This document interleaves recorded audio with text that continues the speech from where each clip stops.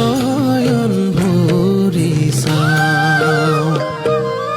আহা সখী হে বৃন্দাবনে যাওঁ গোকুলৰে শ্ৰী কৃষ্ণ নয়ন ভৰি চাওঁ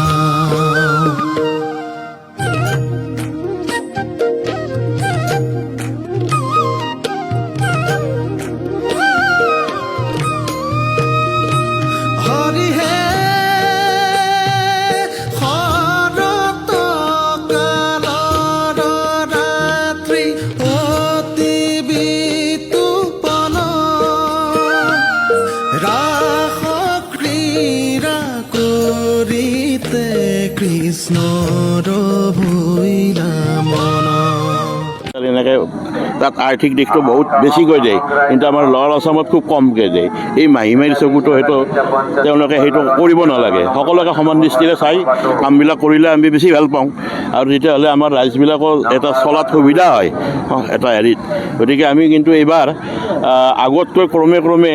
আমাৰ ৰাইজৰ হেৰিটো আমি খুব বেছিকৈ পাইছোঁ আৰু দৰ্শকো বহুত ছেটিছফাই হোৱা বুলি আমি জানো গতিকে আমি যাত্ৰা পাতিও আমি সেনেকৈ দি আছোঁ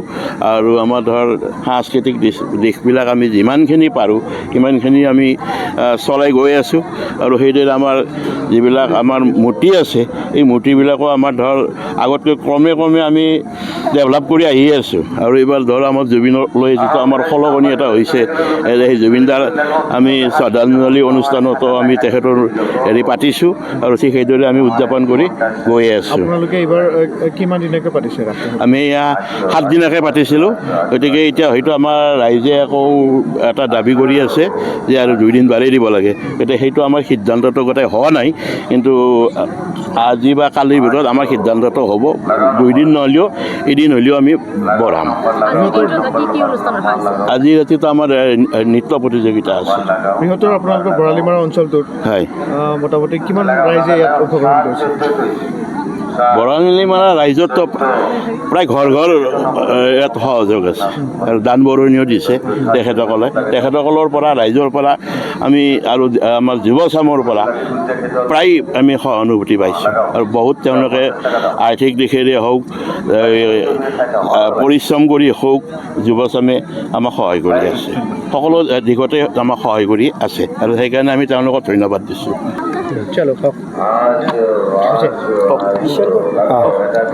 এইবাৰ আমাৰ বৰালিমাৰা সাৰ্বজনীন ৰাসলীলা মহোৎসৱৰ 43তম বৰ্ষ আৰু আমি 43তম বৰ্ষ উদযাপনত এইবাৰ আমাৰ যথেষ্ট সংখ্যক ভক্তমান ৰাইজৰ মানে আমি উপস্থিতি পাইছোঁ আৰু আমাৰ যি মন্দিৰৰ যি কাৰুকাৰ্য এই 43তম বৰ্ষৰ ভিতৰত এইবাৰ উন্নতমান হৈছে আৰু আমাৰ মূৰ্তিবিলাকো বহুত উন্নত হৈছে আৰু আমাৰ বাহিৰা যিমান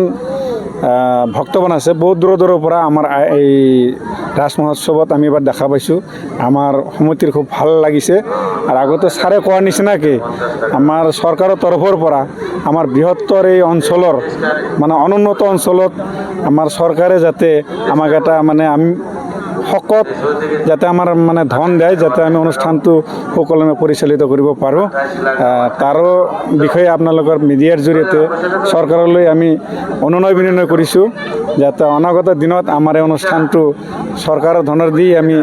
উদযাপন কৰিব পাৰোঁ।